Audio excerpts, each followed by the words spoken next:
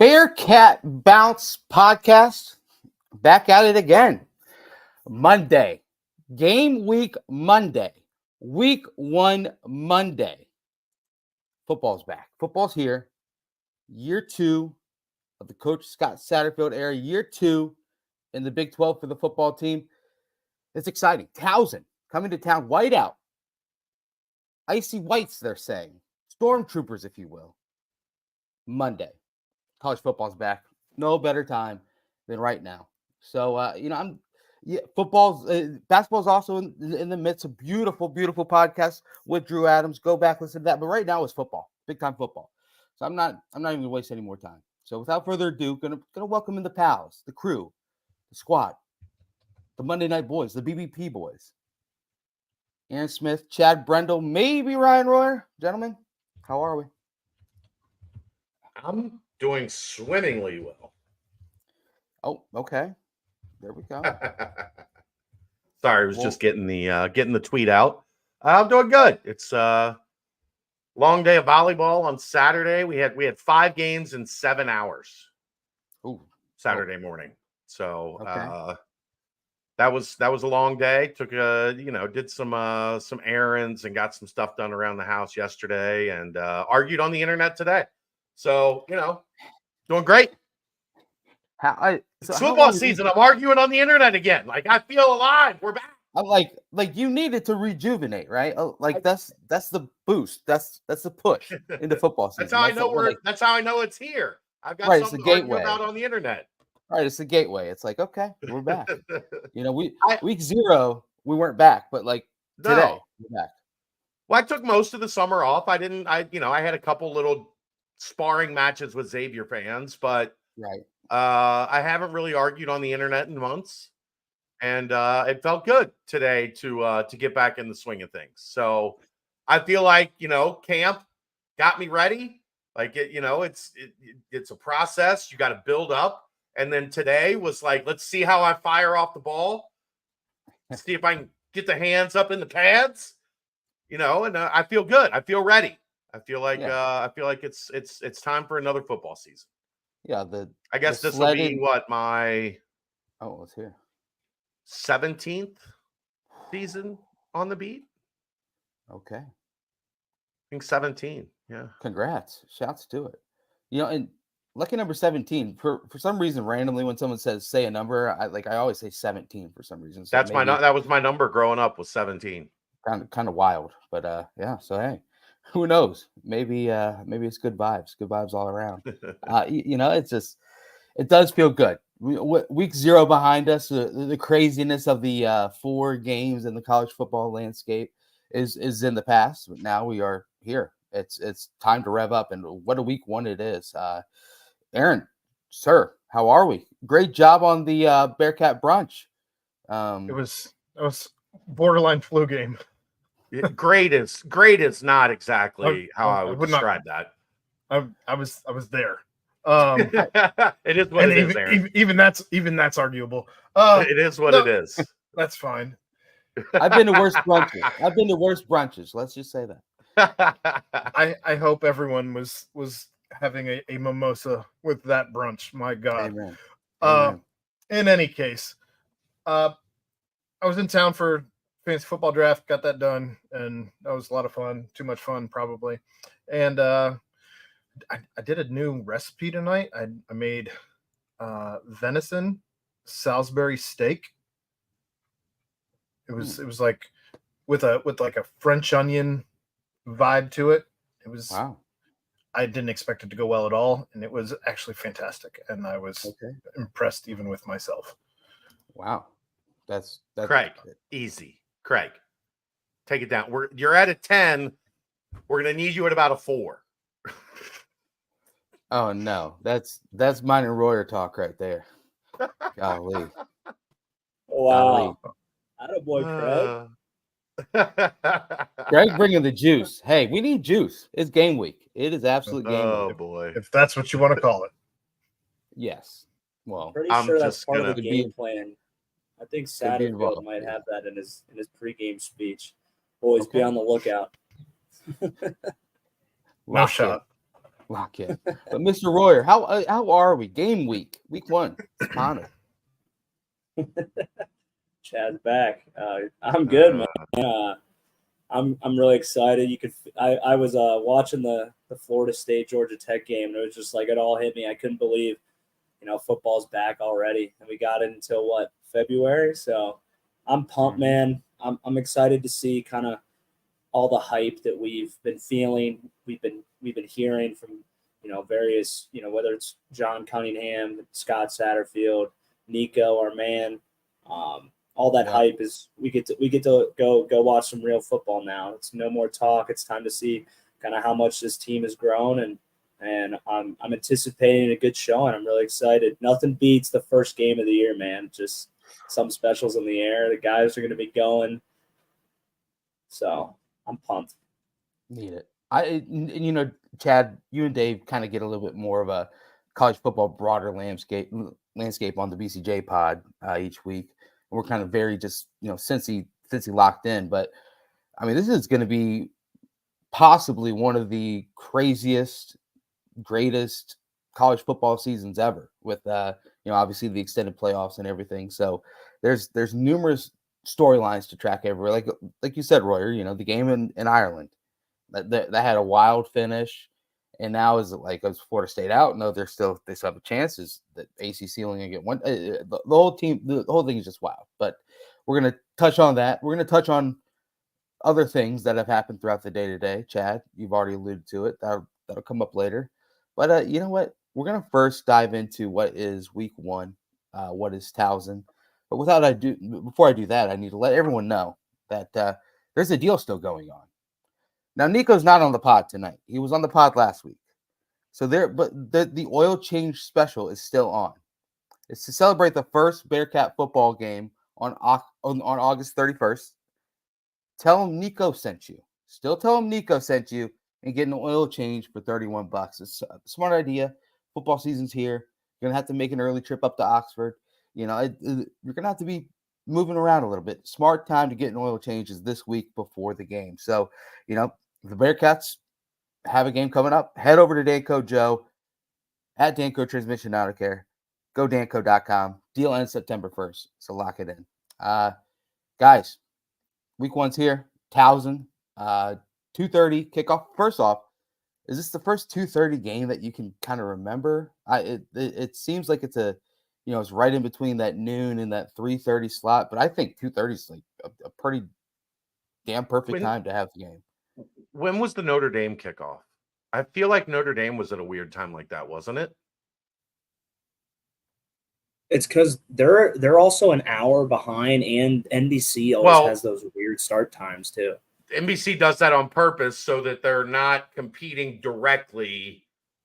Essentially, the finish of a 2:30 game is going to be in between that window. So, like when the other games are at halftime, your game should be finishing, which more people are going to want to watch the end of a game. Like it's what Fox did with basketball. They start like their Big East games, and UC is probably going to have to deal with this in a couple years when the Fox deal starts. They start their games at 6:30 and 8:30 because ESPN does 7 and 9, and then that way you're in the money window while they're kind of in the middle of a game. I feel like didn't Notre Dame, wasn't it at a weird time, like 2:00, 2:30? I think it was. I'm trying to look it up. Something around there. It might have been 2:15 because it ended at like dusk, right? Like it was getting starting to get dark. Kickoff time was at 2:30 p.m.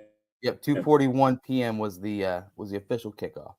So yeah, how about that game? By the way, just quick shouts to a downtrodden program taking down one of the greatest programs in college football history. So, one of the worst Power 5 programs in America. Well, the Power 5 no longer exists, so it's another story for a different day. But Power 6. There we go. Of occurrence. Yeah, the AAC. The main thing is for me though is that 2:30 kick is a pretty good time because I mean obviously you can kind of plan things around trying to see early, tailgating while you're out there, watch that noon game, still have the whole night ahead of you. So good job on the planning side there. And more planning about what's going to be going on game days will be coming up on this Thursday's pod, right? Or Wednesday's pod, right, Chad?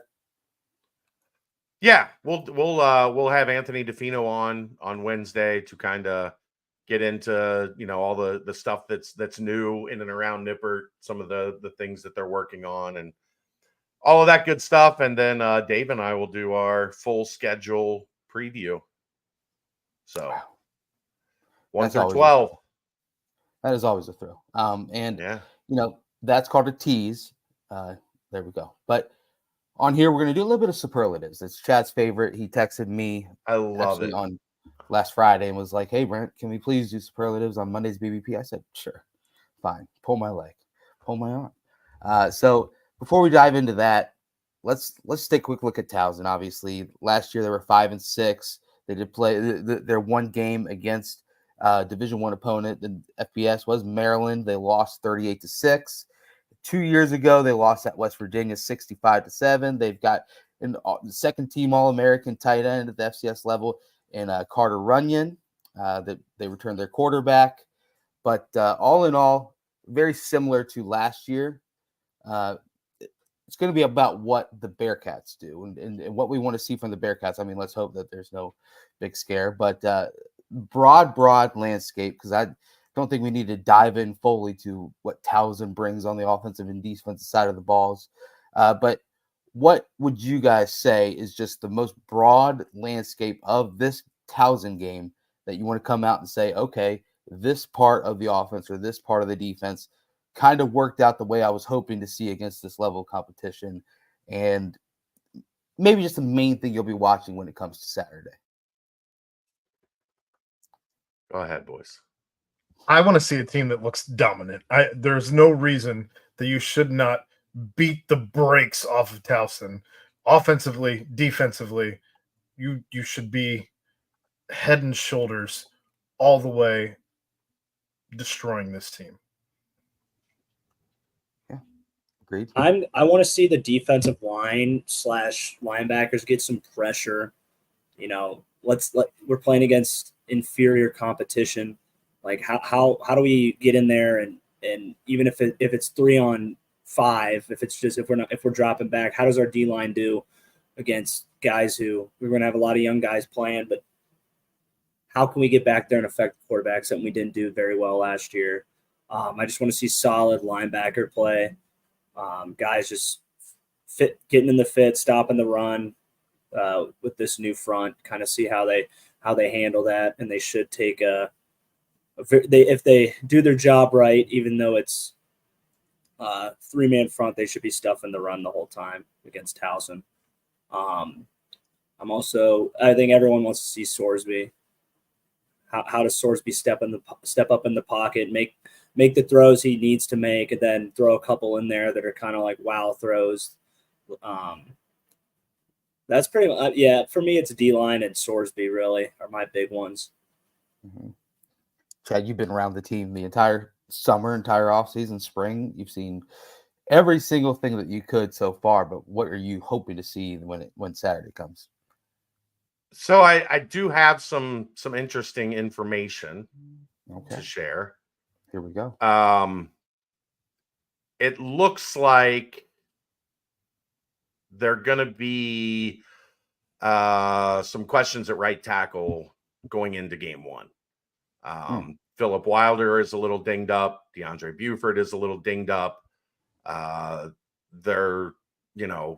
My guess is we won't see Wilder on Saturday, which is unfortunate because he has worked his butt off to win that job. Right. I don't think it is, anything that's season ending, but I do think there's some questions about whether he's going to be ready, whether Buford's going to be ready. If neither of them are ready, where do they go? I mean, we've talked about this O-line building some depth. Well, that might be tested.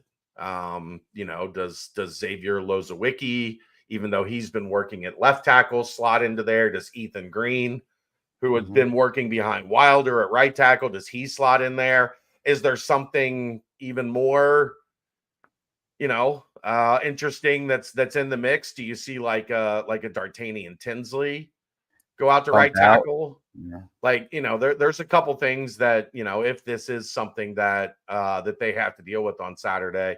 So I'm going to be watching the offensive line, especially pass protection.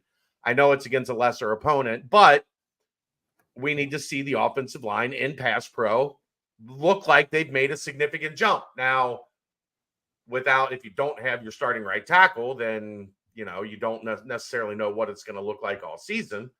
But I do think that's kind of a question that we're going to see going into Saturday is what that right tackle spot looks like.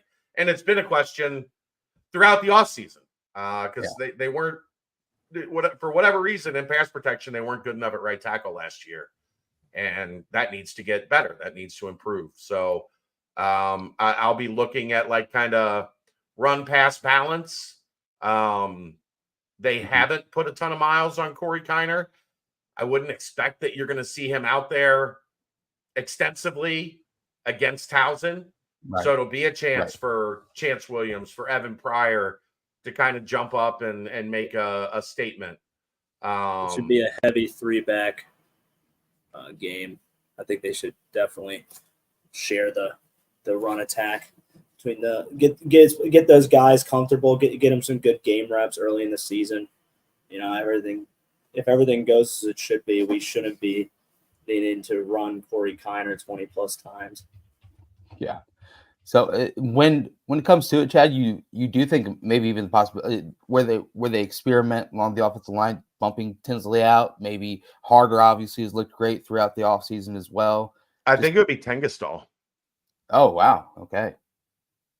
I mean, he's been getting most of his reps at center, but they're very high on him at guard as well. Okay. Cool. But maybe I know Harder had a scare in the last scrimmage 2 Fridays ago, but then he was back at practice last Tuesday.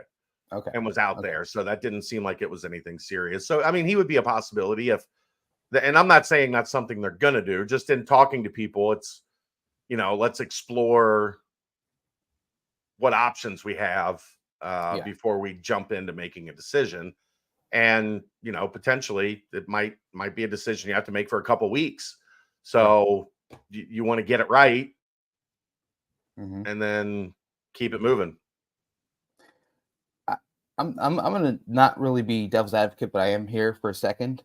So you want to see dominance, Aaron, right? And I think every single Bearcat fan does. But last September 2nd, a team by the name of Eastern Kentucky came to Nippert Stadium, and the final score was 66-13.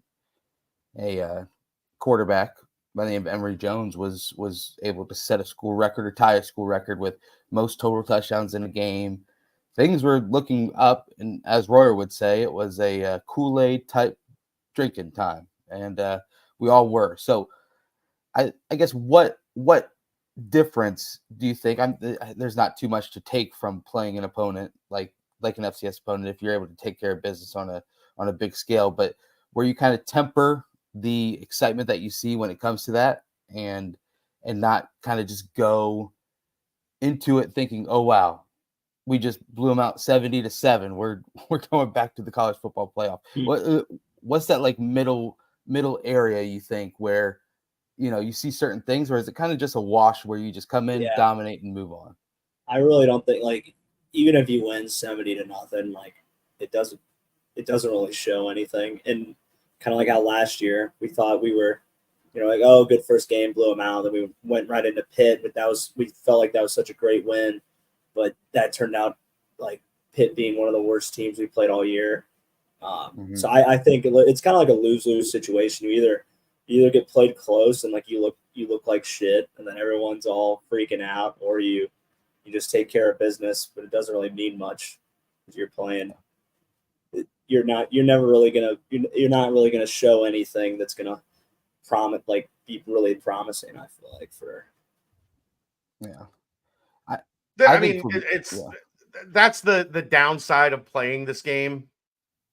Playing these FCS games is, unfortunately, it's just you have to almost look at it like a preseason exhibition, like just going through, and hopefully you don't end up in a situation. I mean, you remember back early in the Fickle years, and especially at the end of the Tuberville era, like those FCS games were like nail biters going into the third and fourth quarter. Like, Austin oh B. God, here we yeah. So you don't want to be in that obviously realm, but the problem is if you blow them out, it still potentially doesn't mean a whole lot because they don't have the type of athletes that really should test you in any way, shape, or form. Ultimately, you come out of it healthy. I mean, from the sounds of it, this team's pretty beat up.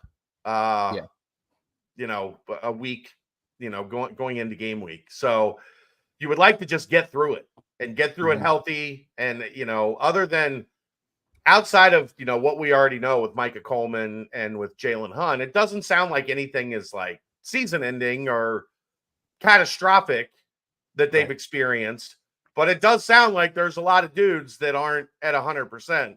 So get through this thing healthy, win by a comfortable margin. If they don't win by 50, I'm not going to be,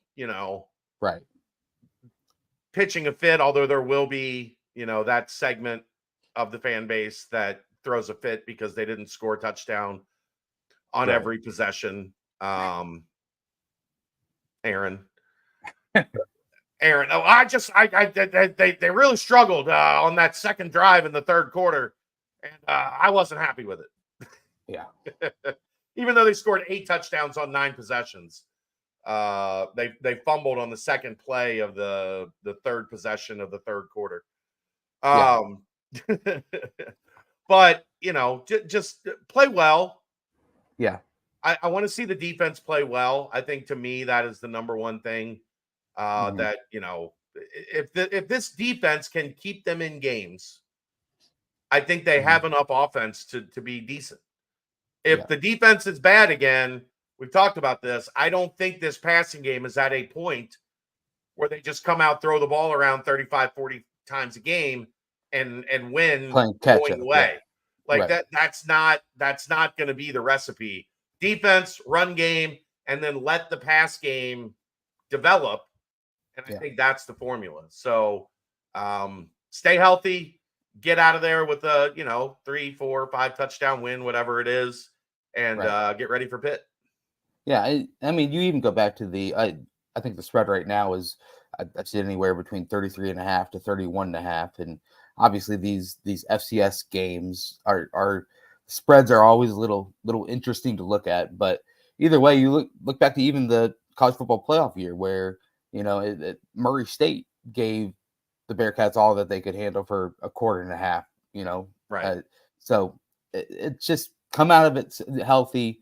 And the main thing for me that I want to see is this depth that has constantly been talked about throughout the offseason, constantly been mentioned how deep the safety room is, how deep it is on the linebacker room, how deep and the number of receivers names that have been started to be mentioned, the running back room, how deep it is. Let's see the depth. And that's why they implemented the 4-game rule for freshmen to get them out there when they can, see how they do out there on the field against another college team. So, got to come out of it healthy. And it sounds like the way that you don't want to have it happen, the offensive line is going to be able to show their depth, test their depth on Saturday. But I hope the whole rest of the team is able to too. But just remember, last year was a absolute showcase beyond probably anyone's comprehension. I think last year they were like a 20.5-point favorite against Eastern Kentucky coming into the game, and they won 66-13. So, that's Saturday. That's going to be that game, and we'll see as the Saturday unfolds, because there's going to be a lot of other action around the country to really hone in on, and just hope the Bearcats take care of business and aren't one of the main storylines come Sunday morning. Play better than SMU did. How about that? Golly, how about that?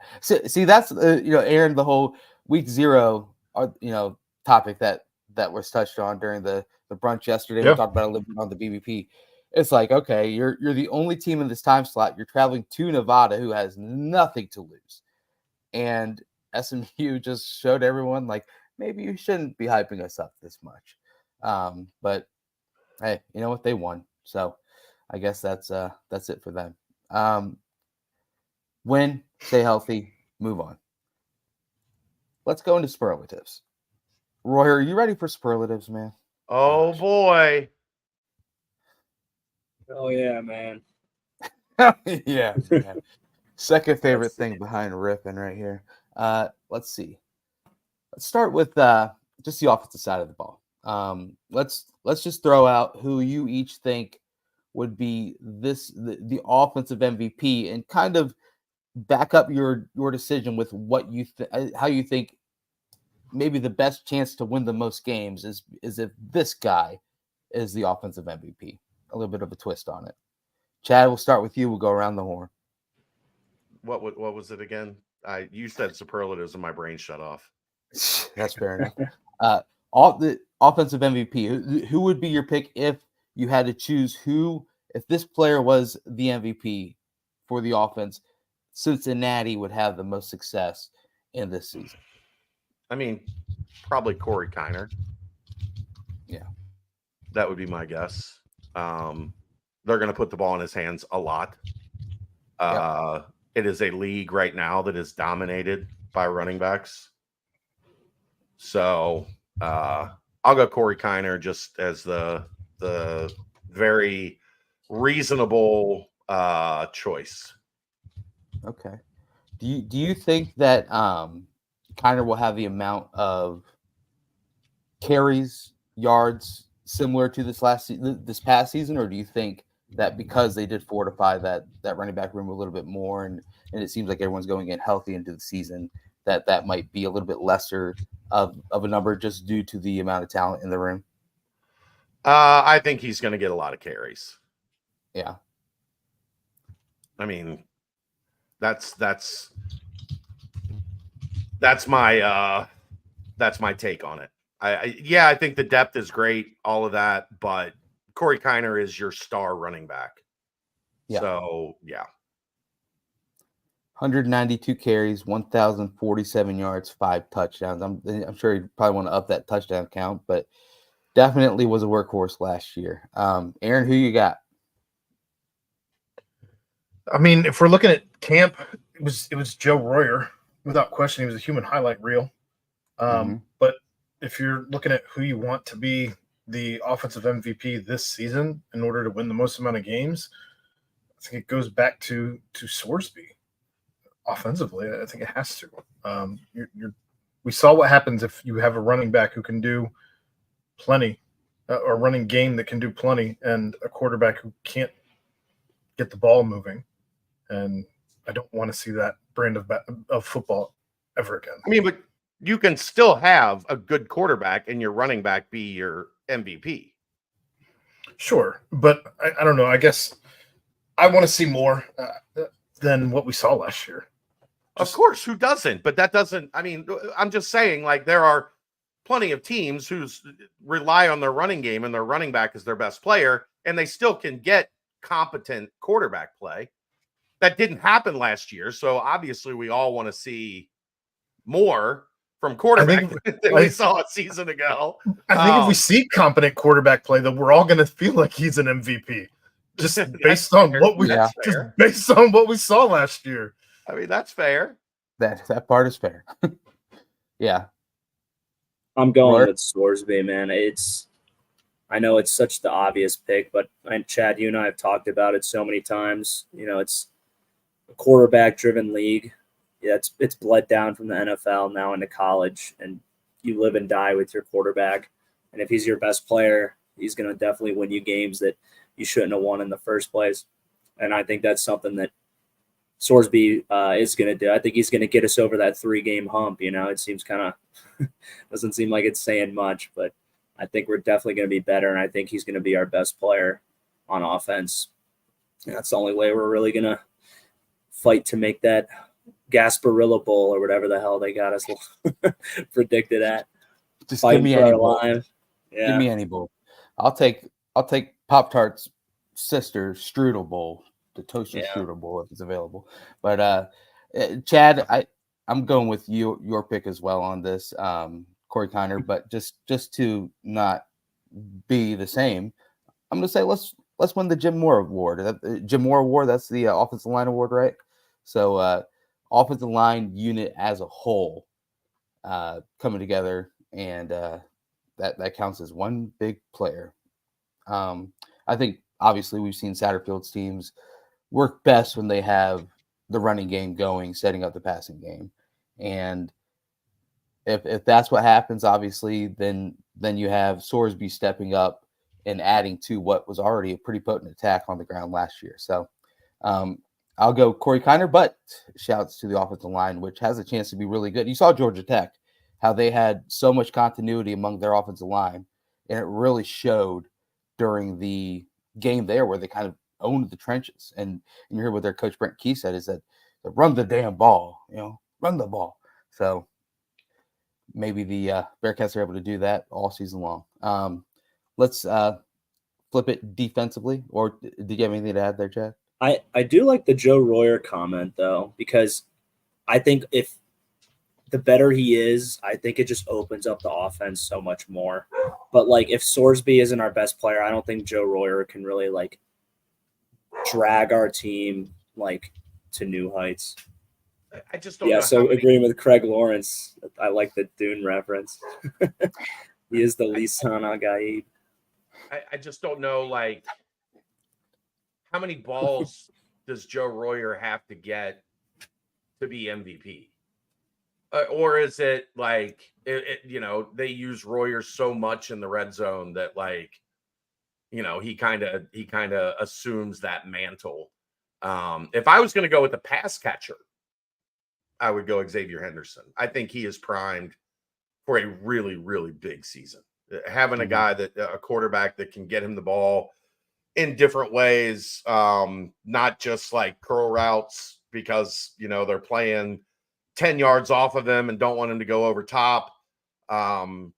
If somebody as a pass catcher is going to jump all the way up to that, where we're talking about like team MVP or offensive MVP, I think it would probably be Henderson. But to your point, though, Royer, having that tight end that can work the middle of the field, that can stretch the seams, that can do all the things that Royer has shown us throughout camp. If that translates, then you're passing it. He might be like the unsung MVP. You know what I mean? Right. Like, because him making a couple plays is going to change how a defense has to, they're not going to be able to fully stack the box because he's going to be able to get in behind them and kind of, change the schematics of a defense. So I just, in the college game, man, they just don't throw the ball to the tight ends enough for it to be like an MVP type deal. I don't feel. Hopefully they do, because he was incredible at camp. Yeah. So I'm all for that if they do. But when you look at numbers for tight ends across college football, there's just not many that really get a lot of balls. And the ones that do are like top of the line NFL, first round NFL. No doubters. Yeah. So I mean, Royer's gotten a ton of pub, but as you know, Chad, you and Dave have mentioned numerous times, Dave especially. I mean, Royer has not had like an illustrious college career up to this point, and there's many other reasons for that.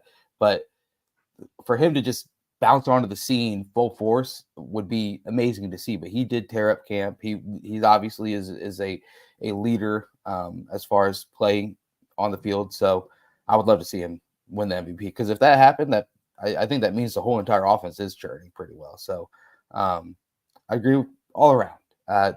Defensively, I'll shoot it down to Royer first and go around.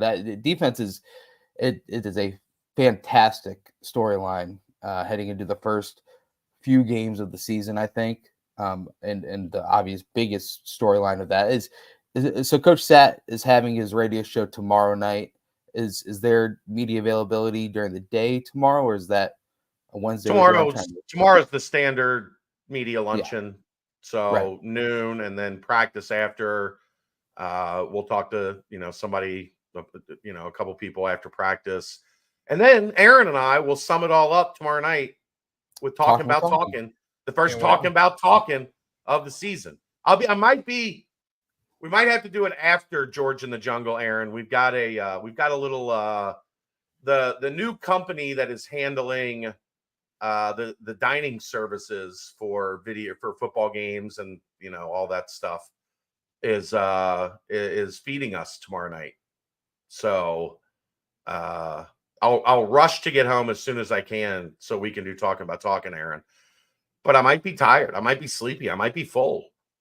Look, it works out better for me to do it after George in the Jungle anyway, but there we go. One way or another, we will recap everything that was said yesterday. Satterfield is talking, and then I believe Sorsby is going to be in front of the mic as well at the press conference. And then, like I said, we'll have a little bit more after practice. So stay tuned to this here YouTube channel, and we will keep you going. Sorsby Al-Gaib. Oh, yeah. There we go. It'd be amazing if his eyes just like turn like blue and all of a sudden we're like, it's him. It is him. But for me, obviously, the big storyline that I'm sure Coach Sat will kind of reveal a little bit more as far as just week 1 status is of Dante Corleone. So that will be unveiled tomorrow, but that's obviously the biggest storyline of the entire team, I would say. So when it comes to MVP, and if this guy dominates and really shines bright on the defensive side, that means that the defense was pretty good as a whole. Who you got as that player, Mr. Ryan Royer? I'm going to go with Jordan Young. I think if he ends up being our best player, and you can kind of, I'm not going to say go full Ahmad Gardner, but like just be like solid over there where we can have like that side of the field kind of shored up. I think that opens up the door so much with our defense, because adding that third safety, it can open up more pressure opportunities to blitz from the safety position, to blitz from the linebacker position, and really kind of with that 3-5, you can come up with some exotic looking blitz packages. But it really it works the best when you have great cornerback play. And I think Jordan Young, I think he's shown a lot of growth. I think last year, obviously, he struggled, but everything we've been hearing this offseason is he's been kind of taking that next step, becoming a great leader on this team, on this defense. So I think if he's our best player, I think it shows kind of there's been a lot of growth on the field in the secondary. And I think having a great cornerback, I think really opens up the defense, kind of like how you saw with us back with Ahmad. I mean, I don't want to go off on a tangent about Sauce, but my favorite thing is when they did do that thing where they kind of just let them on an island out there with some, kind of worthless wide receiver, if you will.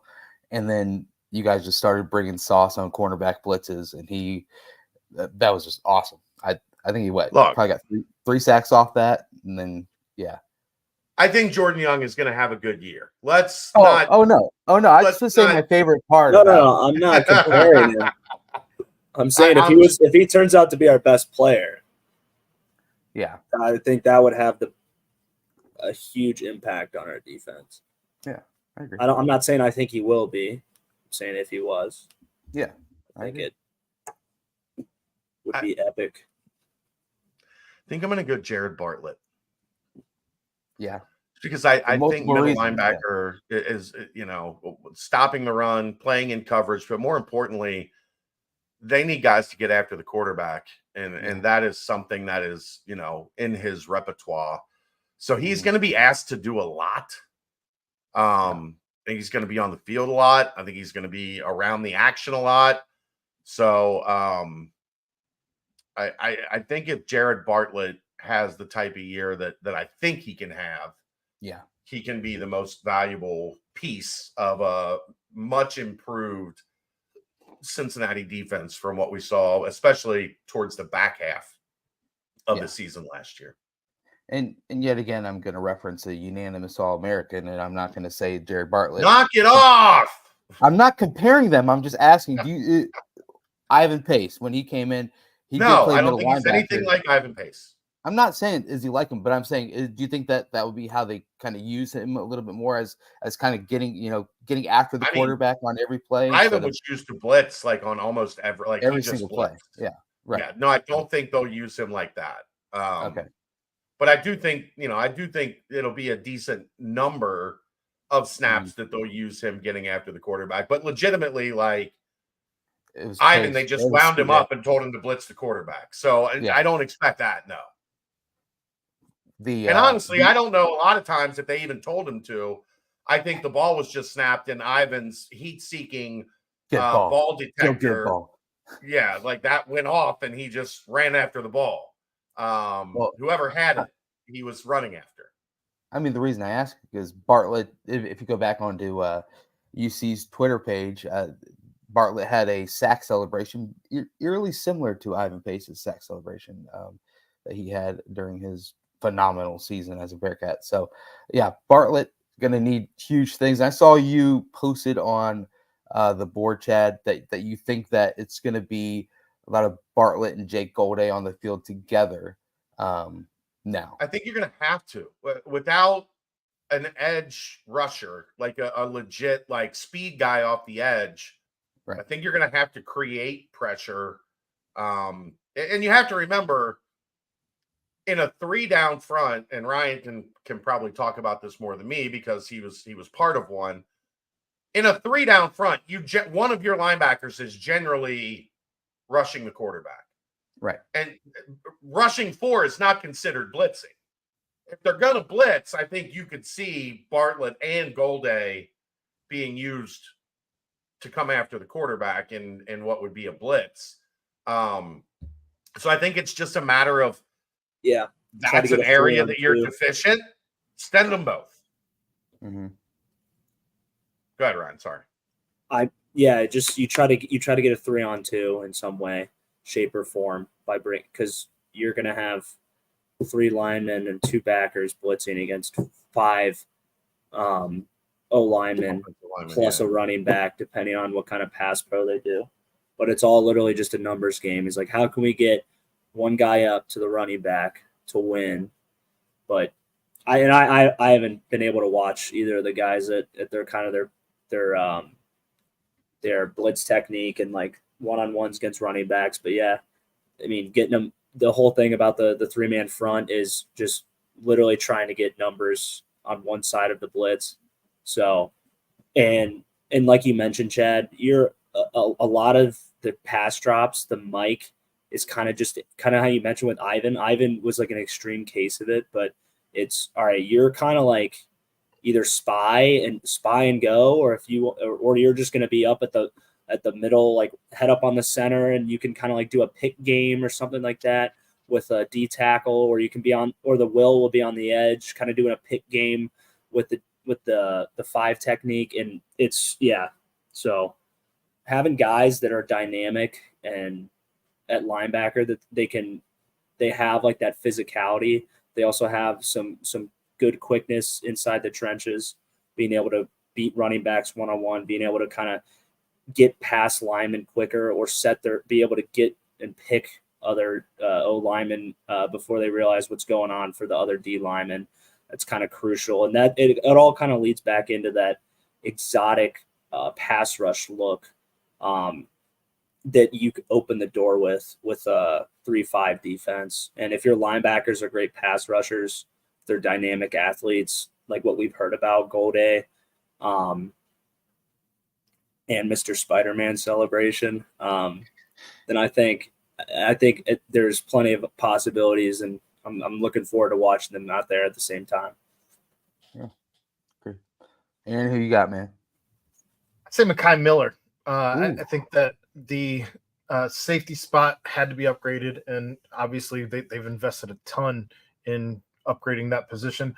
I think when you look around at the safeties that are projected to be starting, you look at Josh Miggins, you look at Derek Canteen. It's nothing against either of those guys. It's the fact that the star position is going to be asked to do a lot of roaming and a lot of different things, whether that's going after the quarterback, whether that's dropping back in coverage. And if that person is your MVP, I think that leads to your defensive MVP. I think that leads to a hell of a season. Yeah. I think that star position sounds like it's vital to the kind of just the workings of the defense. So right. No, I agree. Yeah, I think Mekhi is a really good pick. I think the real answer is Dante. That would mean Dante played a sufficient amount of games. That means Dante was able to get back full go and back to his All-American level of play. But obviously, we'll hear more about that tomorrow, most likely from Coach Sat. So my pick then, because I don't want to copy you, Aaron, with Mekhi, I'll go with Derek Canteen. I think if you're slid in as a captain for the team, that means that you're a captain of the defense too, probably. Someone that is going to be out. I mean, we're talking about a high-level player that was a freshman All-American, a high-level player that was had NFL talks after his seasons at Virginia Tech. So I'm interested to see how he fits in that one safety spot. And how he's able to kind of control and help that backstop of the defense. Because last year, Chad, I agree with you every time you say it. Arguably that safety spot just decimated so many different variances of the defense. So I'll go with Derek Canteen.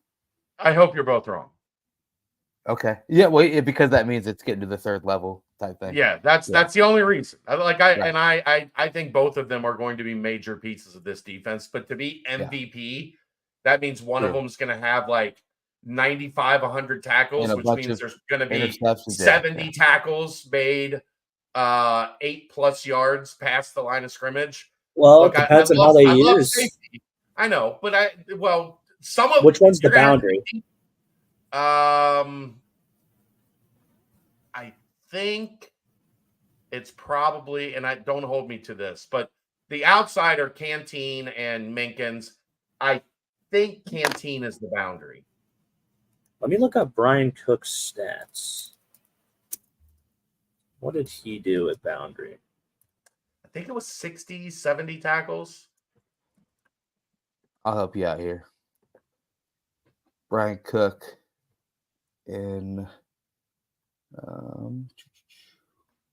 he had 93 tackles, 2 interceptions, 9 passes defended.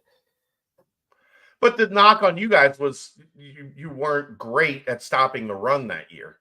So he did make a lot of tackles 5, 6, 7 yards down the field. Yeah, the way we ran it, he was also in the run fit a lot. Towards the boundary. So it's not as bad as it sounds if you have a lot of tackles. Like, it doesn't necessarily mean that like we sucked. It was just that, right.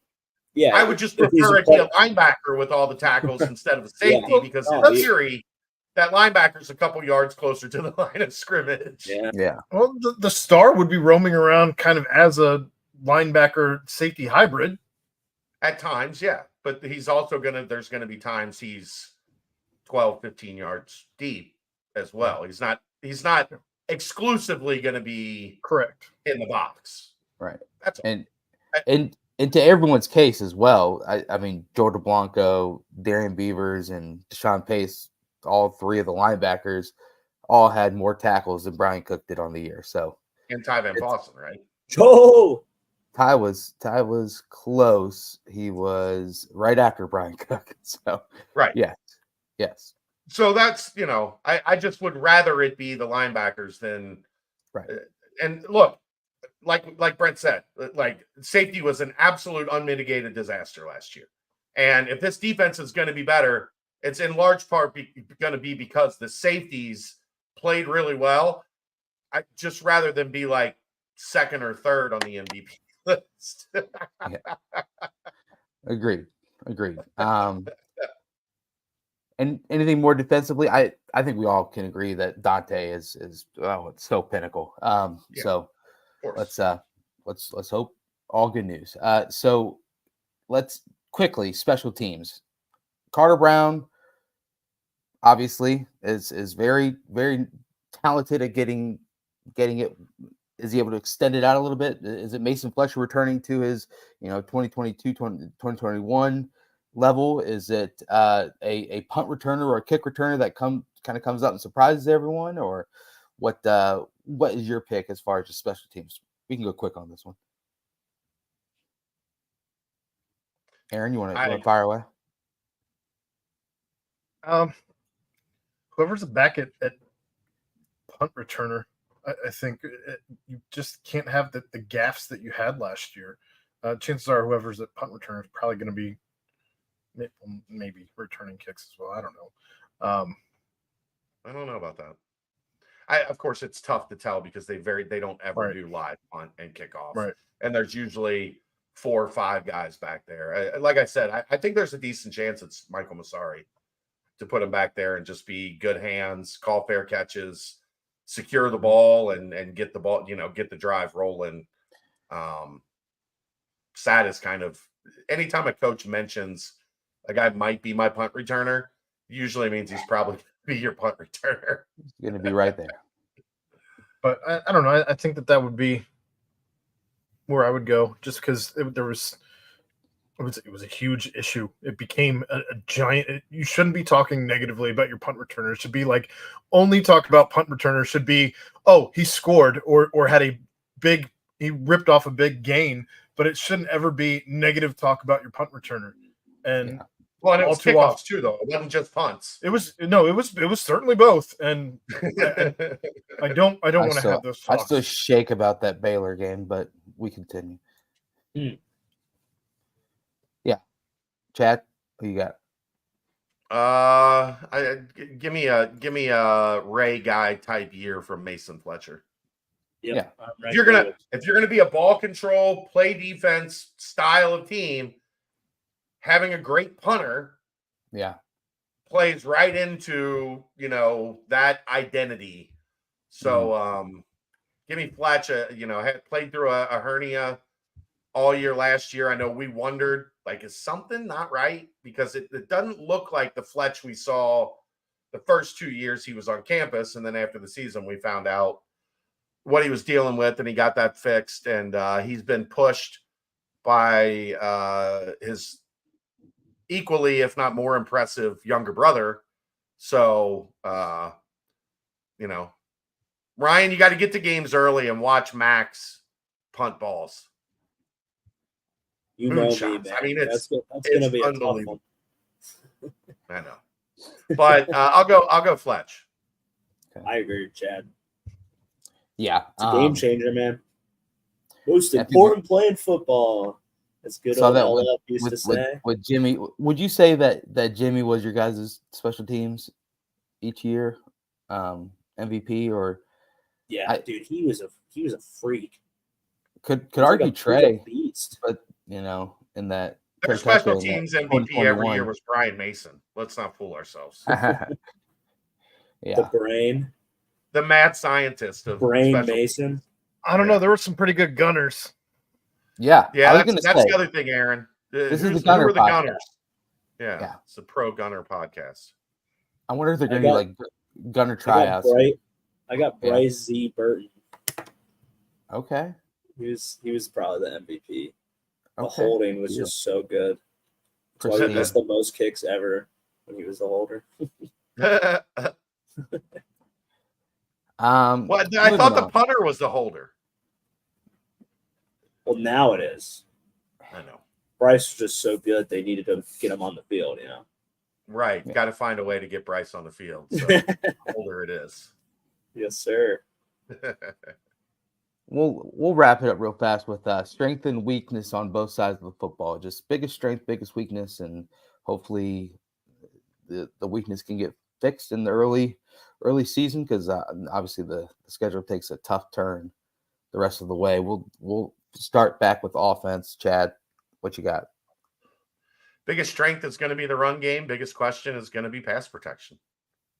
Yeah, and it's interesting because it's the same position, really. That you're the offensive line in the run game is going to be very, very good. If they can translate that into being equally as good in pass protection or somewhere near as good in pass protection this year, they're going to be a really, really balanced, effective, efficient offense. Okay. I'm gonna second the run game perspective, but I also think our biggest weakness is our secondaries, just pass coverage, I guess, overall. Oh, we're doing offense real quick. We're doing offense right now. Oh shit, my bad. You're good. Carry on. Carry on. I already know your answer for the defensive side. Aaron, what you got? I don't know how you say it's not the run game. That has to be your strength. I think we're all going to have the same answer there. As far as biggest question, it certainly starts with pass protection, but I think it's probably just the pass game as a whole, because there's so many questions that you had there. You have a new quarterback coming in. Can he be the guy? You have the pass protection, of course, because it was not good last year. You have a whole new room of receivers, really. And let's see what they are. You have a whole new room of tight ends. Let's see what they are. You have running backs now that are able to not now they're now able to, because we had guys that could catch out of the backfield, but you have some new guys there too. Are they going to be able to catch out of the backfield? Can they pass protect at the running back level as well? So I think that there's plenty in the pass game at pretty much every level. There's a question somewhere, somehow. And if you have a musical chair at right tackle early in the season, maybe that is a even bigger question at the beginning of this entire conversation about the pass game. Yeah. I'm going to say interior 3 offensive linemen. Obviously Chad has mentioned what's going on at right tackle right now, but I just think that core, that interior 3 is obviously probably arguably the biggest strength on the team, I would say. With Tinsley and Gerhardt and Kandra. So I'm gonna roll with them, and then that also affects the rushing attack. And then for me, I'm gonna say wide receiver too. I think that we all understand what Xavier Henderson is. We all understand, that he's continued to develop his game. So you're going to get on that side. And last year, I think the wide receiver 2, we were hopeful that it was going to turn out to be a handful of people helping out. It didn't really end up being that. So who is going to be that man opposite Henderson that kind of grabs a hold of that spot and kind of just becomes somewhat of a solid go-to for Sorsby. Then I feel like we're feeling pretty good about the slot receivers and obviously tight end and Joe Royer. So give me that number 2. Who's going to come up and completely grab that and kind of take off with it? Defensively, that's a good battle too. I mean, those guys were pretty even. Jamoy Mays and Tony Johnson. Mays had a hot start, and then maybe was a little more quiet towards the end. Tony Johnson had a cool start and then heated up as we got towards the end of camp. So, it looked like Sorsby had a good connection with both of those guys and has trust in both of those guys. Mm-hmm. So, but you're right. It probably will be a matter of finding out who separates in that battle as to whether or not there's going to be like a reliable, second option.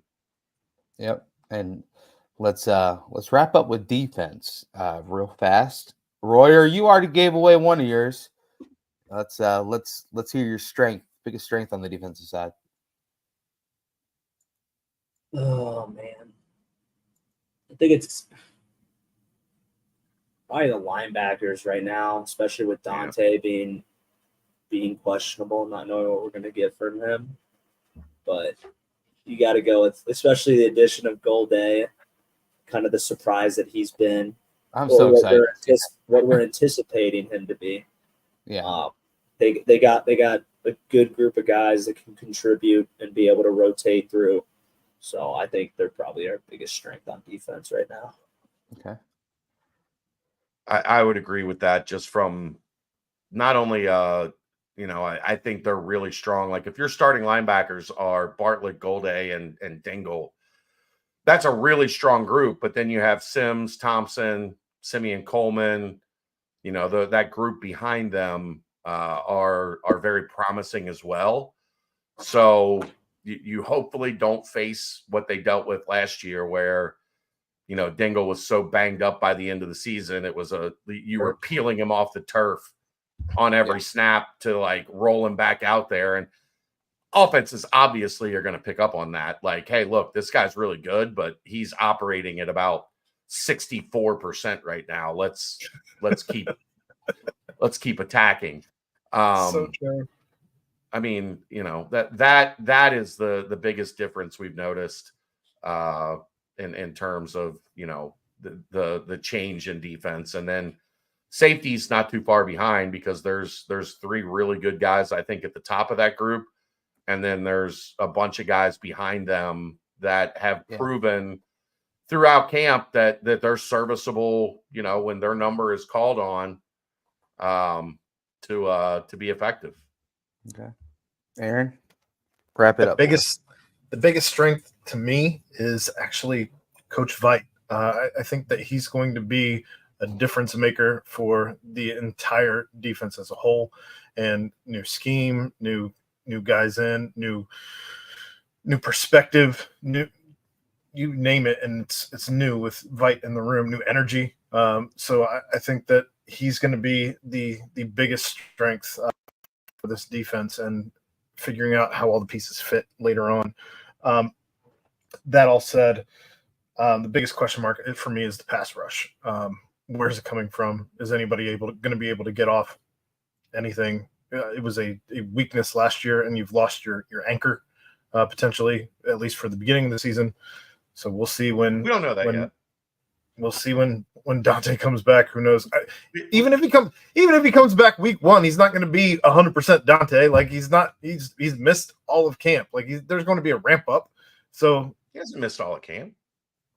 He's missed all the live action of camp, but I just say, like, when you say he's missed all of camp, it makes it sound like he was standing in an orange jersey. He just hasn't taken snaps. He just hasn't taken snaps.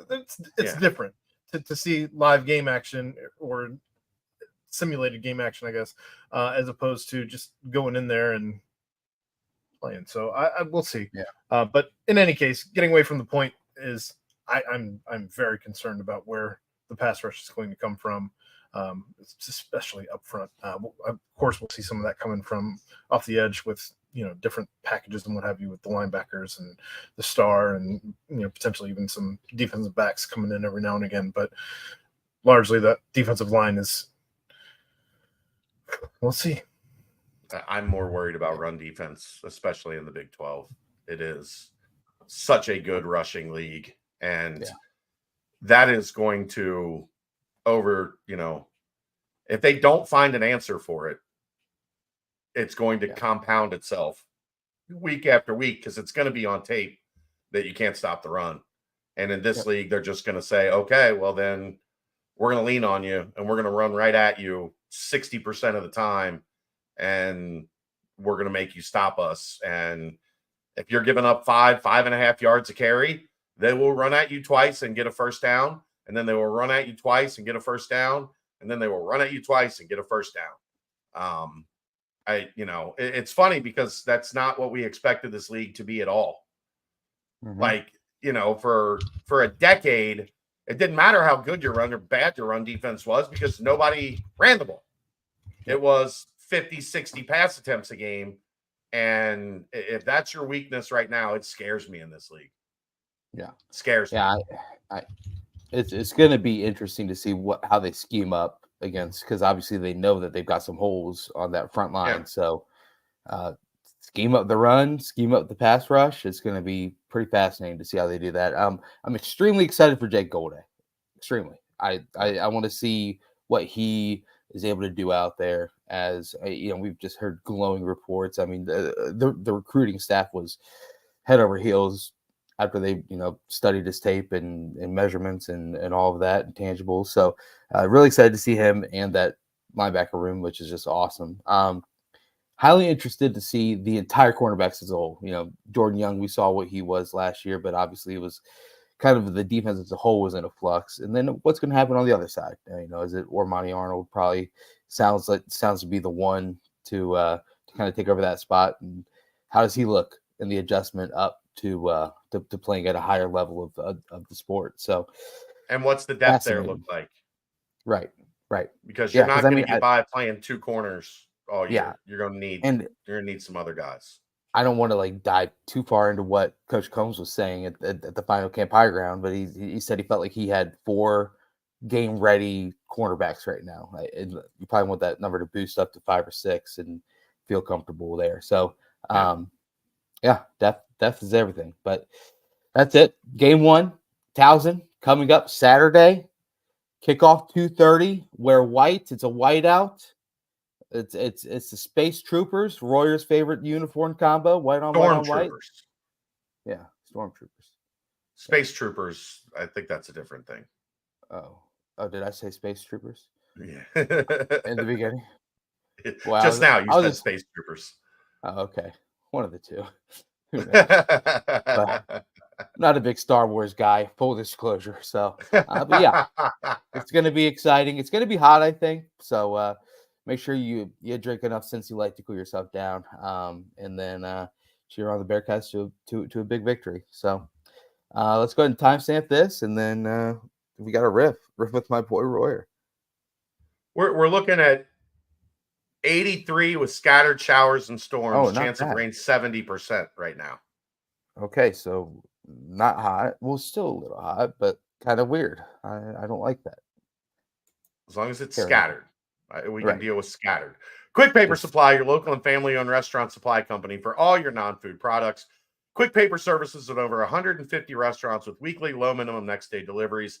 Provide a wide range of food service products from to-go containers, cups, custom printed products, eco-friendly, and much more. They also have cleaning and restroom supplies for all your janitorial needs. Call Nick, 513-470-2029, and reference Bearcats for 20% off your first month of purchases. All right, Roy, you've had a lot of questions thrown at you. It's now time to riff, and you throw them at us. But, Chad, you've got to read before we do this. Do you guys want to try it? I know you got some unabashedly awesome. Fiercely independent and unabashedly innovative, New Riff produces award-winning bourbon, rye whiskey, and gin at their distillery in Newport, Kentucky. The Aquafire Tasting Room, located on the 3rd floor of the distillery, features cocktails, flights, and pours of New Riff's entire line of spirits, including rare, limited edition, and distillery-exclusive releases. Bearcat Journal listeners can save 50% on distillery tours when you use the code BEARCATS24. For more information or to book a tour, visit newriffdistilling.com. Boom. All right. I know we kind of beat around the bush about how this game, it doesn't really, it's kind of a trap game in terms of expectations. It's like, well, we expect the best, and we get it. We don't really know how much it's really valued at. But what do you think means more? Our offensive pass game, and that's quarterback play, how he throws the ball and how we protect him, or our secondary play? What do you think matters to excel at more in this game? What would encourage you more to see either of those do better? I guess it depends on Towson, which, do they throw it around a lot, Brent? I'll do that quick research. They did have more passing yards than by far than rushing yards. So yeah, I would say yes, they throw it around a little bit. So more. then I'll go secondary. Just if they're going to throw it around a lot, then they're going to be tested one way or the other. And it was the pass defense was just atrocious. So show me that the secondary is ready. I think passing game, it's going to take some live bullets for that thing to really get on the same page, regardless.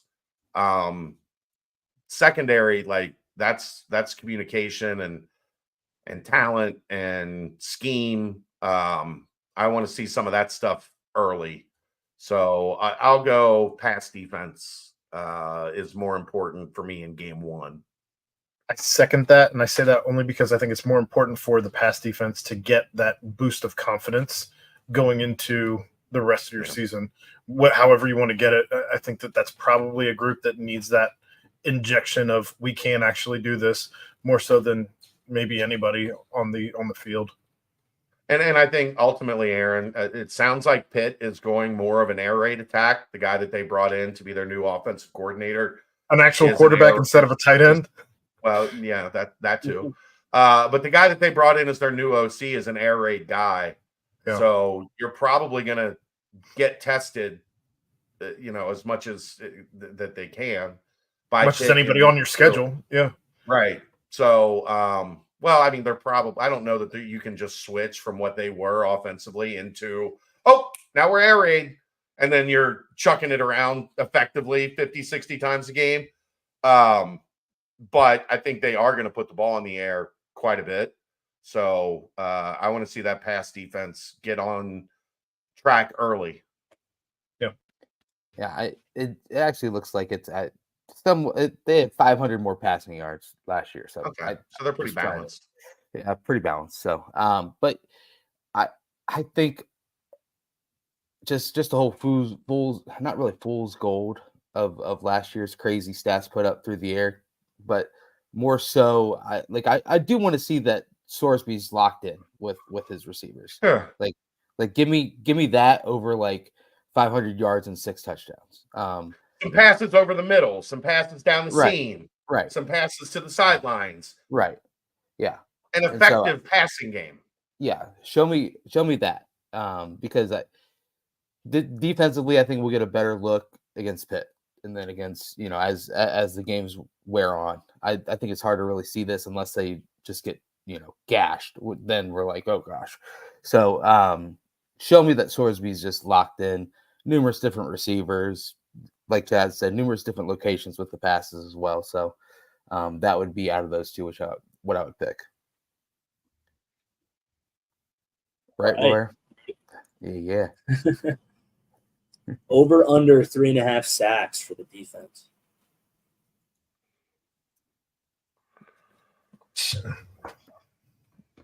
Under. Prove me wrong. Right? Like, if we're going to say we don't know if the pass rush is like what it's going to look like, then I'm not going to be, they're going to get 5-6 sacks in the opening game. Like that. Yeah. That doesn't seem to make a lot of sense. So I'll go under. He said 2.5. Would you still go under? For now, probably. Show me. Like, I think they can get 1 or 2, just, the number of snaps, but. I feel the same way about coverage sacks, though, I guess, is what with this defense. This is not going to be a defense that Towson's used to seeing or sees really the rest of the season, I wouldn't think. But I would hope that you'd be able to get some coverage sacks against Towson. So if you gave me 2.5, I would take over. At 3.5, I'm probably taking under, though. Pretty interesting. Now, I'm not a Maryland fan, so. I mean, unless we're talking about some past Maryland basketball teams that were pretty fun to watch. But when it comes to their game last year against Towson attempted 31 passes. They were only sacked twice. So that is that. Take with that what you will. But 3.5. I hope over, obviously, but kind of like what Chad and Aaron are saying, prove it. Scenario. Let's see how exotic we are. Let's see if the blitz packages really are what they are, and kind of what player is going to step up and yet again fill the void that's kind of been left there along the defensive line. So tentatively and hopefully over. All right, that was my 2 questions. Brent likes a third. Brent wants a third question. Give me a third. Royer, that was here's the question. Here's the question for you. Is Cincinnati a top 5 worst job in the country? Top 5. Cincinnati head coach. Top 5 worst. Yeah. Cincinnati, one of the 5 worst coaching jobs in Power Power 4 football. 4. Ryan, you were busy working today when this was all happening on Twitter, but What happened? some Alabama polo jackhole decided that he apparently played there. I don't know, whatever. But No, he went there. whatever. He's got rings. I don't know. In any case, he Bought him at the shop. he works for somebody in town that not even worth mentioning at this point, but he came out and just started spewing nonsense about how Cincinnati is a top 5 worst job in the Power 5. Apparently, he didn't get the news that the Pac-12 has been destroyed and is down to 2 teams. But that was his stance, and Chad I wasn't happy. disagree. I vehemently disagree. If you had said that it was a in the bottom half of all of the Power 4 teams, I will give you that. I think that I'm okay with you if you're making that argument, but a top 5 worst job in the country is bananas. Yeah.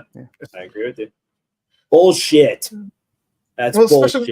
Especially when reasons were Nippert recruiting against Ohio State, and you're always going to be second place. Well, there's plenty of teams that recruit in the same state as other big teams like Texas and Florida. Yeah, see that's the problem is how he went about it. So his first thing was that Ohio State's going to get the best players. So Cincinnati is a terrible job because Ohio State gets all of the good players in Ohio. The reality is Ohio produces 50 or so Power 5, Power 4 now level players a season in that 40 to 50 range pretty much every year. And Ohio State generally takes about 7 to 10. Yeah, then they started getting beat by a bunch of teams that were taking all the Ohio kids. Well, they've also started recruiting much more nationally. Yeah. And they're out looking for the number 1 wide receiver in the nation, not the number 1 wide receiver in the state of Ohio. Yeah. So this is not Ohio State under Jim Tressel, where there was like 15 to 20 kids in every class from Ohio because they couldn't compete with the SEC. They changed their philosophy and started going out and recruiting more nationally, which means they take less Ohio kids. Is Auburn irrelevant because they're in the same state as Alabama? Is Michigan State irrelevant because they're in the same state as Michigan? Are Florida State, Florida, Miami, and UCF irrelevant because they're in the same state as Florida? No. Like there is enough talent to go around for a second Power 5 program in the state of Ohio. That's just an ignorant take. And then the other take was equally as ignorant, that because Nippert is small, it's a bad job. Well, I don't know if whatever this kid's name was is aware, but 100,000 seat stadiums don't drive the bus anymore. TV revenue drives the bus. You know what you don't have to do to get TV revenue? Have a 100,000 seat stadium. So the 2 arguments he picked are inherently useless. Mm-hmm. And if you go to Nippert Stadium, it doesn't sound like there's 40,000 people there. Right. It's an agreed upon thing for any away team. Now, if you wanted to make this argument and say Cincinnati did themselves no favors by not prioritizing football for 70 years, you would have a good point. Because what you don't have here that you do have at a lot of the top Power 5 schools is 100 years of dad likes tradition. His team and then passes it down to his son, and then he passes it down to his son, and then you don't have that at Cincinnati because look, I was, I'm Gen X. I was born in 1977. Cincinnati football didn't have any real weight in this area until the mid 2000s. So there are multiple generations that have not passed a love of UC on to create a tradition, which makes it a challenge that you don't face at a lot of places, because if one fan leaves, another one just steps in and fills that void. You are starting to develop that now, because now you do have 25 years of success, or whatever, wherever you want to start the count to where we are now, that it's starting to build here. That you're now starting to get kids that were raised by parents that were UC football fans, but that has just started here. So is that something that a lot of the P5, P4 doesn't have to deal with? Yeah, because their tradition and their history has been established for decades and decades and decades.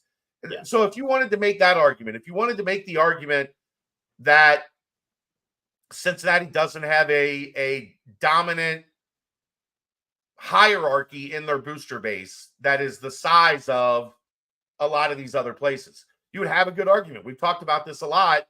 Why NIL is such a challenge for Cincinnati is because they've got 15, 20 people that they just keep going back to the well on those people. And a lot of these places, you go to Texas Tech, they got 100 oil, millionaires and billionaires that they can lean on when they absolutely need to get something done. And Cincinnati hasn't been good long enough to have established that.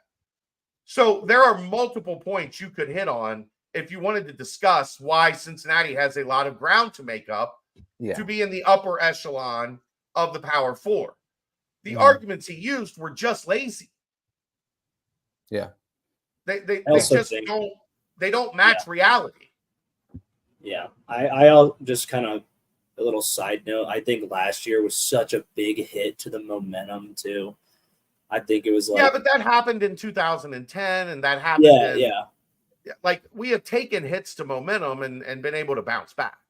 I agree. It's just if it kind of felt like it was like cloud nine, like sure going to the playoff. Then we had a solid year the year after, but that ends with Fickle leaving, and then that kind of takes the wind out of the sails, and then you get 3-9.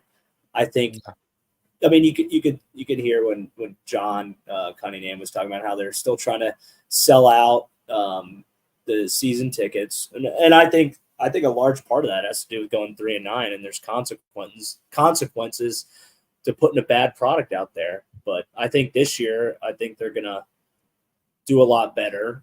But in terms of still seeing a Bearcat team sitting around like 7-6 or whatever that is, it's still. I mean, I think it's still you got to get back up to those 8-9 win seasons to really start, dragging the momentum back into the program and into the city and because I mean, I remember all the kids the kids that some I played football with or people I didn't met at school, like all they do is tell stories all about is how their dads were taking them to those 06, 09, like those years and like how fun that was and how everyone there was like completely new to it and just how it made them fall in love with Cincinnati sports. And I'm sure there's a whole new generation kind of with that playoff run.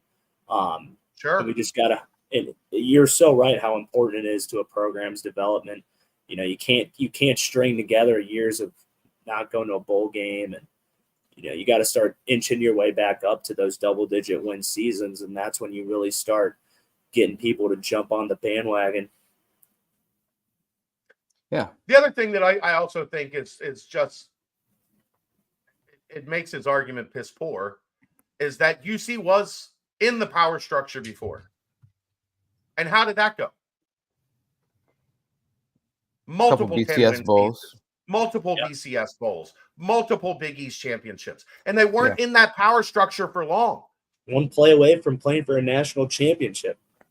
It took them 4 years. Brian Kelly was a good coach. Brian Kelly was a good coach to come in and take a Cincinnati job. I mean, Butch was a good coach to come in and take the Cincinnati job. I mean, Tuberville, for whatever, it was. Obviously, it was a little different, but he was a national championship coach and coming in to take the Cincinnati job. Luke obviously was a rising name in the coaching sphere. So, and then Scott obviously has his pedigree as well. So the whole thing is like, yes, you can like rank it, but it's not like a bunch of no names have come in and become the head coach here. It just after his nonsense, I Alabama only wins like 7 games, and everyone's head down south of the Mason-Dixie lines, their heads just explode, and they're left with stumped necks because they couldn't believe that their beloved Alabama was able to do that. Aaron, they started to do that after Saban picked Georgia as his national title pick on Saturday. What Alabama fans forget is that before Saban got there, they spent 20 years wandering in the wilderness and were not good. Yeah. Right. They were average, if not below Saban average. was beating them. Right. Yeah. So it's all cyclical, and here's our guy Merck. Let me see if I can find this.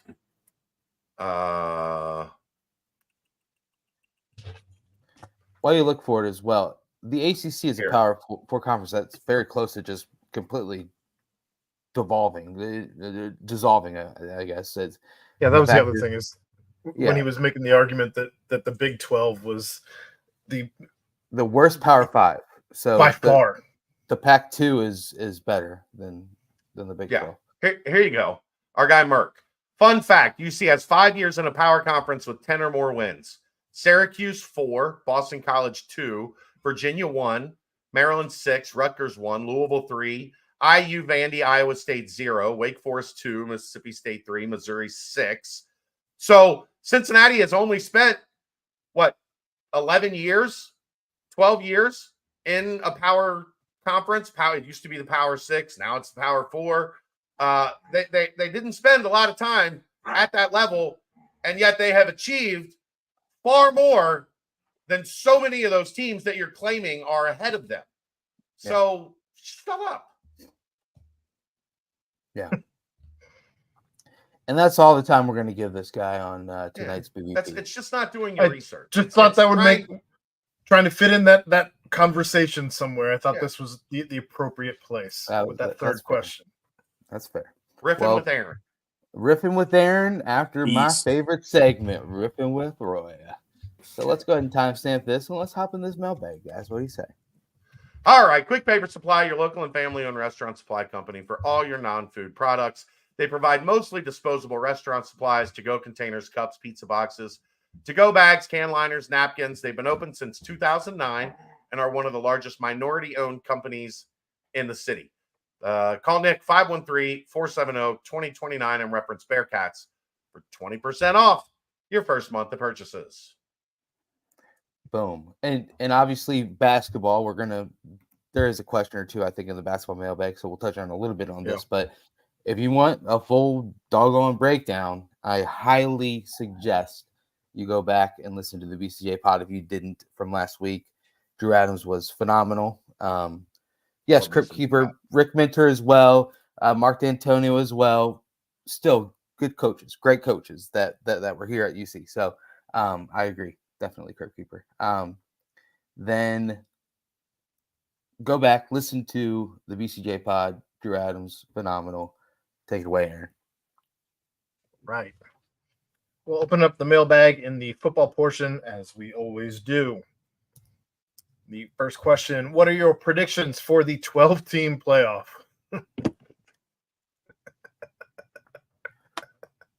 A lot of SEC and Big Ten, a little bit of ACC, a little bit of Big 12, and one G5.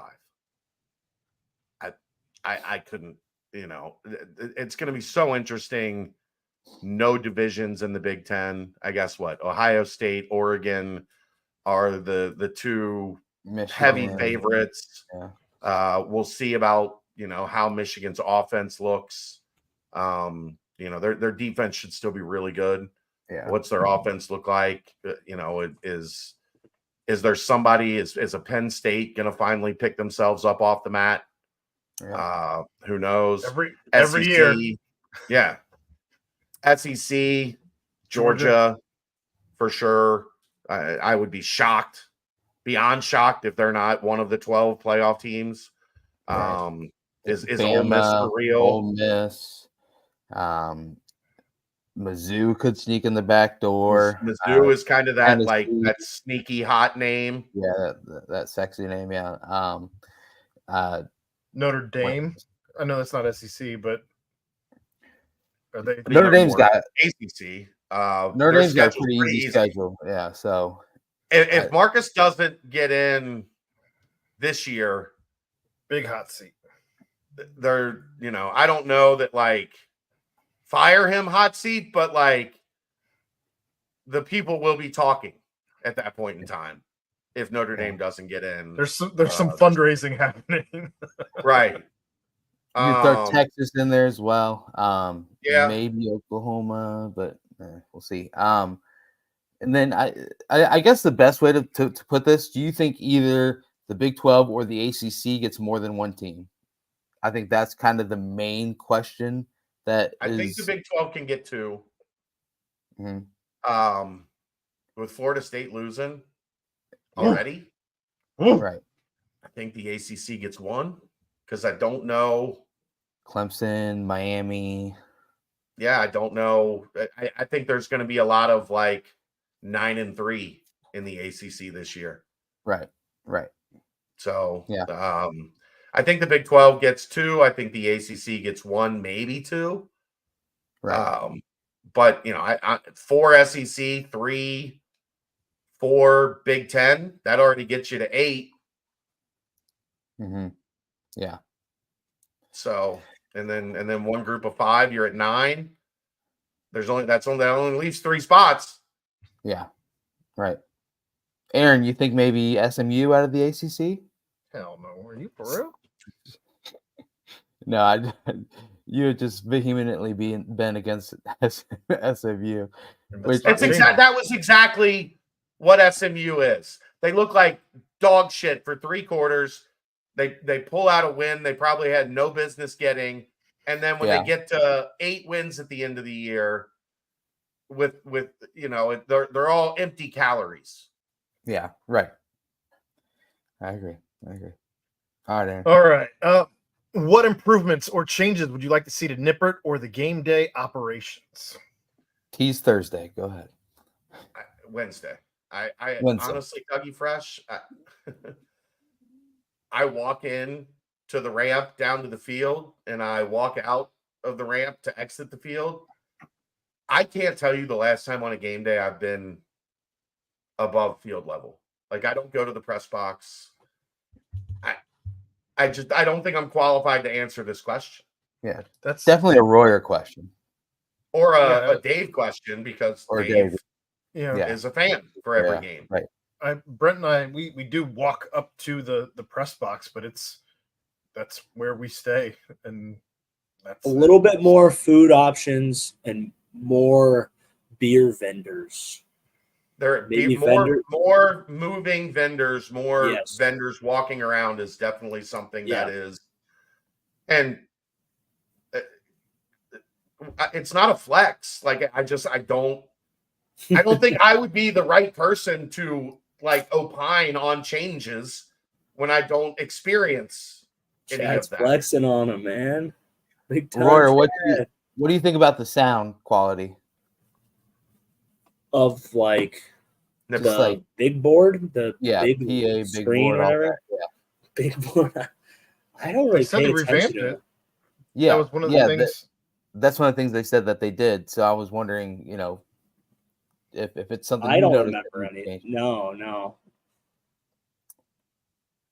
I think certain things. I know some of my friends always said that the upping the sound a bit is something that they've always mentioned. So they said they did that, and they are bringing more food and more beer. So I think they're kind of knocking it out of the park. Let's go. All right. I'll give you guys some opinions on the new food tomorrow night. Yeah, that's the flex. See, that's the flex. There's the flex. Anyway. All right, plenty more on that on Wednesday. Do we know which radio station will carry UC's game Saturday? I used to be able to find this on GoBearcats.com, but it is not there anymore. BCJ might want to list this prominently and perhaps more than once. Yes, I see the ESPN Plus, but that does not do me any good driving cross country, and no, being married, I do not always have full control over my schedule. Almost exclusively, if the game is not on 700 WLW, it is on 102.7 WEBN. I think the only time that is not the case is if there's Reds and Bengals on a Saturday, the same time as a UC game, which the Bengals don't play on Saturday. I think it used to happen Reds are making the occasionally playoffs. on well, the only time it used to happen was opening week would be the final preseason game, and they would play all the NFL preseason final games on Saturday before the first week of the season. Now they cut to only 3 preseason games, so there are no NFL games this weekend. So the only possible interference is with the Reds. So if it's not on WLW, it will be on WEBN. Bang. And you can get that in the iHeartRadio app. You just search for WEBN. Boom. It'll pull it up. You can get the game. Or I don't know what EBN's website is, but whatever WEBN's website is, /listen, /listen, and you can pull it up on the web as well. And I think GoBearcats.com does end up posting it once they like release the article for the game. But legitimately, I think it is either WLW or WEBN, and I think there will be some times where the game will start on LW, and then when the Reds coverage starts, it'll move to WEBN, or vice versa. It'll start on EBN, Reds coverage ends, the game will move to WLW. Yeah. But one of those two places is where you're going to want to look. Or you could just join us for road games at the Holy Grail for watch parties. Okay, there we go. Haven't followed a lot of non-written content lately, but is there any indication that Corleone will get a few reps Saturday? Staff interviews all sounded positive about his availability, but I wasn't aware if there was an estimated timeline. We will have more answers after Scott Satterfield. If I was a betting man, I would not bet on him playing Saturday. Right. Interesting. I just don't know what purpose it serves. Yeah. I mean, yeah, you'd probably be throwing him out there just on a whim. You don't really need him. I would like to see him get game, live reps before he's back in a game. We have not seen that yet. Maybe we do tomorrow. But as it stands, I would not, if the wager was over under 0.5 snaps for Dante Corleone, I would take the under. You heard that here, folks. Insider trading. What is the floor for this season's win total that could still leave you feeling good about the future of the program? Is it bowl game or bust, or could you see a scenario where less than 6 wins would feel like progress? I can't imagine this fan base being happy with anything less than 6. Yeah, I agree. I think they need to get 7. Yeah, 7 to feel good about the future of the program. 6, I'll be like 6. You're like, all right, let's go bowling. Let's win the bowl game. Well, if you win the bowl game, you get to 7. So that's 7. Oh, that's why I said 7. Win the game. Get to the game. Win the game. Unless you lose 12 people to the portal because the new window of the portal opens up before the bowl game, and all of a sudden you're just decimated by it. You got Royers. You got Ryan Royers starting at linebacker and shit. You're like, oh my god. Yeah, all of a sudden you're Florida State playing Georgia, and then you got a tough game against Georgia Tech and Ireland the next year. So that would be what would happen. All right, time will tell. Kick 2 current Big 12 teams out. Add 2 teams, not FSU or Clemson, to the Big 12. No.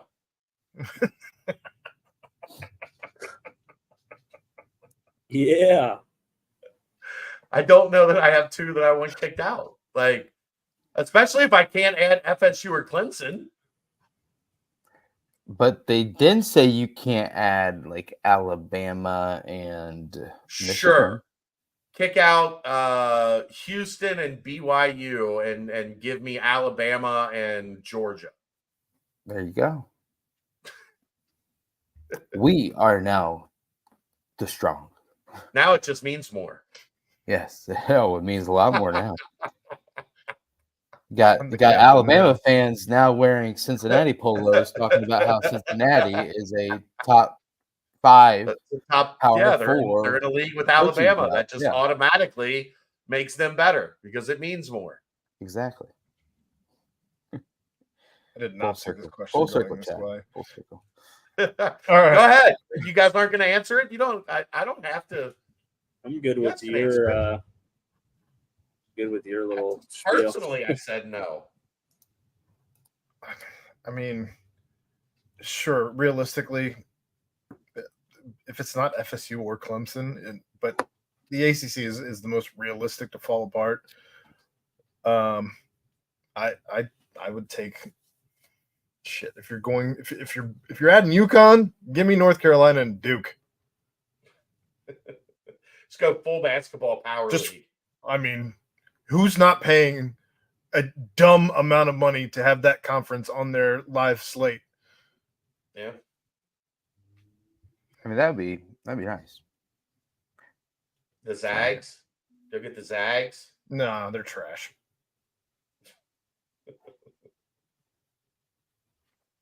All right. Who and how do we get our first score on Saturday? Corey Kiner, rushing touchdown. Oh, I'll take that. Absolutely take that. I'll go Tyler Scott mode. First play of the season, play action, Xavier Henderson, post route, deep down the field, Red basket. 75 yards, touchdown. Okay. Joe Aaron? Royer, mossing on him. Okay. How about let's just kick his career off with a bang. Brendan Sorsby, rushing touchdown. Okay. He scrambles from the 25 all the way down to the 1 yard line. Runs Here's back the and thing. forth. That's not like he's going to run more than we talked about at camp, because obviously they weren't going to run him much at camp. But when he ran it, he looked good. So he is going to run the ball a decent amount, or at least more than we've reported, because they didn't open those pages of the playbook. Right. Because you can't hit him. You can't, you're not even allowed really to touch him. Yep. So, like, Royer, come back. He's gone. We lost. Well, after Sorsby runs his touchdown in, Royer and I are going to look at each other and we're going to say, "It's him, the Lisa Nagaib." Exactly as the Lisa Nagaib would do. Exactly. Next. I hope you leave the press box to go do that. Yes, I will. Just text me where you are. I'll find it. Send me a video. Okay, I will. Fine, that works. Any concern that the starting quarterback was not elected as one of the captains? Sorsby is only a sophomore, but often the starting quarterback, first-year transfer Emory Jones last year, is one of the captains. No concern. No concern. I mean, Emory was a 14th year senior. He's 100 years old. Zero concern. Sorsby is a guy that started 7 college football games. Can I say I would actually be concerned if Sorsby was named a captain? You can say whatever you want. Interesting way to twist it. Yes. Hopefully Sorsby's able to go out there and be a 2-year captain. I think that's what Dez ended up being, right, Royer? I think it was his junior and senior year he was captain. Yeah. So if that's what ends up happening, then I think that's a very good trajectory for Brendan Sorsby. Yeah. All right. That ends the football portion of the mailbag. Moving on to the basketball portion of the mailbag. December 14, 5 seconds left in the crosstown shootout. We are down 2. Wes calls timeout and calls you over to draw up the last play. What play are you drawing up, and for whom are you drawing it up? Somehow getting CMOS the ball at the top of the key. And just, elevator screen, CMOS, top of the key. Some sort of pin play down, elevator, CMOS, circles around, back. Where he can either shoot it or it just gives him a time to take 1 or 2 dribbles off and then make 5 seconds left is a ton of time, by the way. And how about one of those? Around, How about one of those CMOS as the inbounder and the decoy? Yeah. And he gets it to Jizzle. Jizzle takes 2 dribbles, right back to CMOS.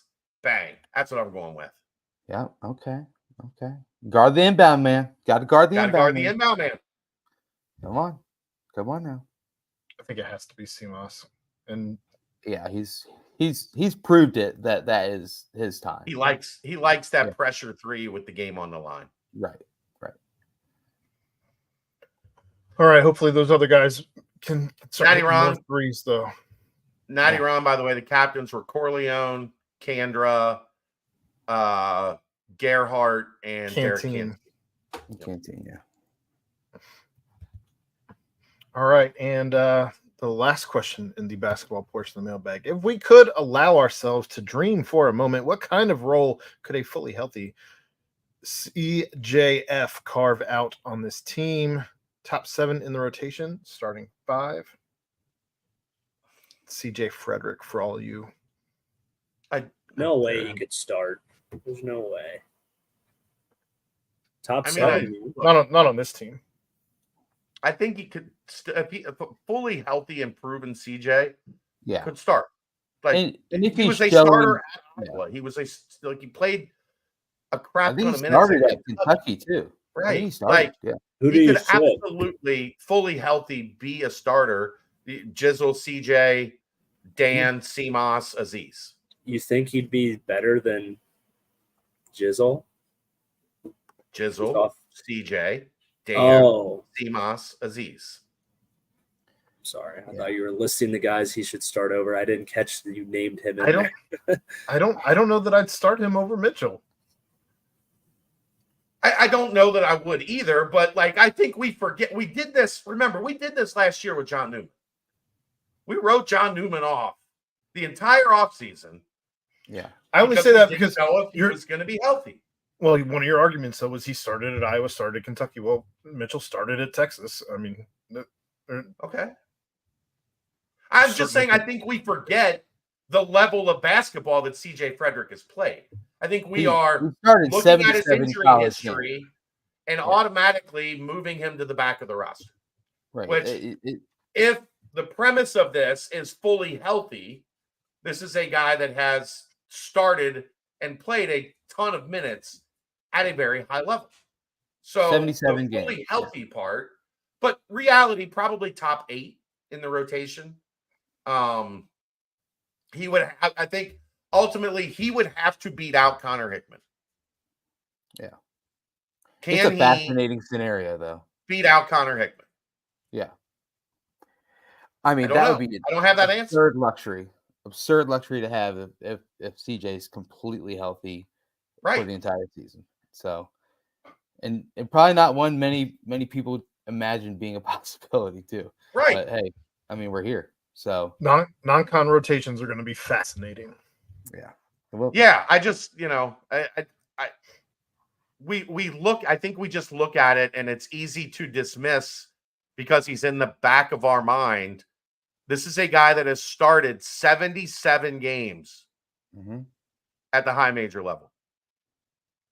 Yep. So, he averaging started over 24 minutes a game. Started 52 games at Iowa, started 15 games at Kentucky, started 10 games at Cincinnati. Yeah. So, fully healthy. It's a guy that's played a ton of basketball, man.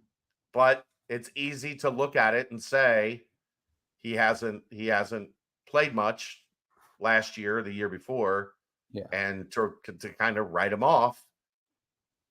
I also think, he is a career 41% three-point shooter.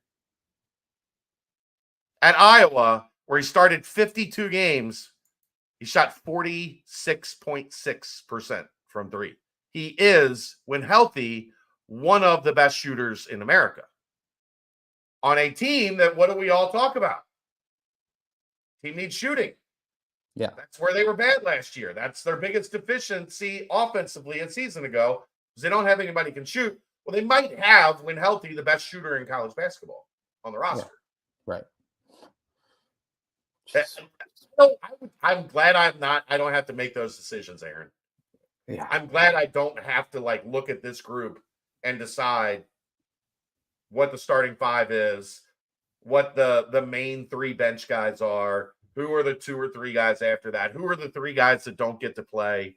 I am very happy not to be making those decisions with this bunch because there's a lot of them to be made. But I am very happy that those decisions are actually available to have to be made. So Right. It's a positive thing, very much so. But what's the guarantee that he's going to be fully healthy? Yeah. Unfortunately, that's the preeminent question about CJ. Yeah. All right, and the last portion of the mailbag, the Banks portion of the mailbag. There are no questions, so that is the end of the Banks portion of the mailbag. So, Ryan, Brett, get us out of here. You got any off the wall questions for us? I asked that one that you texted me about on Saturday. No, don't do that. Whatever that is, do not do it. Remember when you were like, "Hey, I'm about to tailgate for this Florida State game. What's your favorite tailgate food?" Oh, and I was like, "Just save that for the BBP." Yeah, I remember that. Yeah. What's your guys' favorite tailgate food? Mine is what Craig Lawrence brought up to begin the show. Oh yeah, that's tasty. That's tasty. Epic. With a couple, Cincy lights on top. I hate all of you. Get us out of here, Brent. Well, hey, look who it is. Hey, what's up? Hey, Roy. Wait. I'm not letting this happen. Wait, time. That's a bad decision. I was gonna say, Roy, should we riff? Let's riff. Let's riff.